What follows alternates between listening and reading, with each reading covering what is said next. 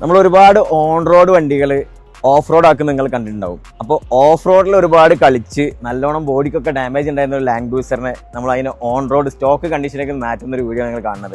ആണ് GT4 ഒന്ന്. അപ്പോൾ നമ്മൾ അതിൻ്റെ കണ്ടില്ല, പുതിയ ഹെഡ്ലൈറ്റ് നല്ലോണം ഡാമേജ് ഉണ്ടായിരുന്നു. ആ ഹെഡ്ലൈറ്റ് നമ്മൾ ചേഞ്ച് ആക്കിയിട്ടുണ്ട്. അതുപോലെ അതിൻ്റെ ബമ്പർ ഉണ്ടായിരുന്നത് അത് ഓഫ് റോഡിലായിരുമ്പോൾ നിങ്ങൾക്ക് അറിയാമല്ലോ, ജസ്റ്റ് മൊത്തത്തിൽ ഈ സ്കേർട്ടിംഗ് ഒന്നും ഉണ്ടായിരുന്നില്ല. അപ്പോൾ അതെല്ലാം ചേഞ്ച് ആക്കി അതിൻ്റെ ബമ്പറിനെ നമ്മൾ പുതിയത് സെയിം മാച്ചിങ് ഒറിജിനൽ പെയിൻ്റ് ഒക്കെ ചെയ്തിട്ടുണ്ട്. അതിൻ്റെ ടോട്ടൽ അതിൻ്റെ ഇൻറ്റീരിയർ ഇതുപോലെ തന്നെ ഓഫ് റോഡ് ചെയ്തുകൊണ്ട് തന്നെ കംപ്ലീറ്റ് കച്ചറയായിരുന്നു. അതെല്ലാം റിമൂവ് ചെയ്ത് പുതിയ ഫ്ലോർ മാറ്റും പുതിയ സീറ്റും എല്ലാം ചേഞ്ച് ആക്കിയിട്ടുണ്ട്. അപ്പോൾ അതൊന്ന് നോക്കാം. അപ്പോൾ അതിൻ്റെ ഇൻറ്റീരിയറിൽ നിങ്ങൾ കണ്ടില്ലേ, ഒരു ലൂസ് സീറ്റ് കവറാണ് മുമ്പ് ഉണ്ടായിരുന്നത്. അത് കംപ്ലീറ്റ് നമ്മൾ ചേഞ്ച് ചെയ്ത് അതിൻ്റെ ഒറിജിനൽ സീറ്റ് റിമൂവ് ചെയ്ത് ഇത് നമ്മൾ ബീജ് കളറിൽ ഇൻറ്റീരിയറിന് മാച്ച് ആയിട്ടുള്ള ബീജ് കളറിൽ പുതിയ സീറ്റ് ചെയ്തിട്ടുണ്ട്. അതിൻ്റെ പെർഫെക്ഷൻ നിങ്ങൾക്ക് കാണാൻ പറ്റും. അതുപോലെ അതിൻ്റെ സ്റ്റിയറിംഗ് റെസ്റ്റോറേഷൻ, അതിൻ്റെ വുഡനും അതുപോലെ സ്റ്റിയറിംഗ് ഒക്കെ സെയിം ഒറിജിനൽ അതേ കളറിൽ തന്നെ നമ്മൾ റെസ്റ്റോർ ചെയ്തിട്ടുണ്ട്. അതിൻ്റെ ഫ്ലോർ മാറ്റ് അതും നമ്മൾ പുതിയ ബീജ് കളറിൽ ഡയമണ്ട് ഒക്കെ കൊടുത്ത് നല്ല രീതിയിൽ ചെയ്തിട്ടുണ്ട്. അപ്പോൾ ടോട്ടലി ഈ വണ്ടി ഒരു ഓഫ് റോഡിൽ നല്ലോണം ഡാമേജ് ഉണ്ടായിരുന്ന വണ്ടിനെ നമ്മൾ ഓൺ റോഡ് കണ്ടീഷൻ സ്റ്റോക്ക് കണ്ടീഷനിലേക്ക് നമ്മൾ ചെയ്യുകയാണ്. അപ്പോൾ അതിൻ്റെ ഒരു വർക്കിൻ്റെ കംപ്ലീഷൻ ആയിട്ടില്ല.